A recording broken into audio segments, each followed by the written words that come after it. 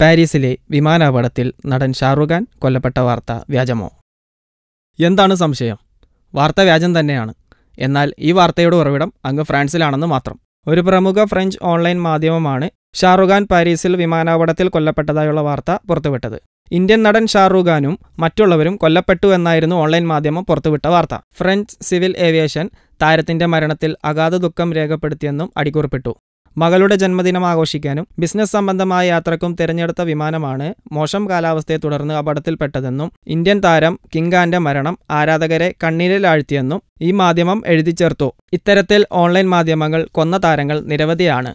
വിജയരാഘവൻ, സലീം കുമാർ, മാമുക്കോയ, നടി ശ്വേത തിവാരി, അങ്ങനെ നീളും. ഇതിന്റെ ലിസ്റ്റ് എടുത്താൽ വേണ്ടായിരുന്നു. ഇത് വളരെ നീചമായ ഒരു പ്രവൃത്തിയാണെന്ന് മാത്രം ഓർമ്മിപ്പിച്ചുകൊണ്ട് ഫിലിം കോട്ട്. ഞങ്ങളുടെ അഭ്യർത്ഥന മാനിച്ച് സബ്സ്ക്രൈബ് ചെയ്തവർ ലക്ഷം കവിഞ്ഞിരിക്കുന്നു. നിങ്ങൾ വൈകിയോ? എങ്കിൽ ഉടൻ സബ്സ്ക്രൈബ് ചെയ്യൂ. Film coat.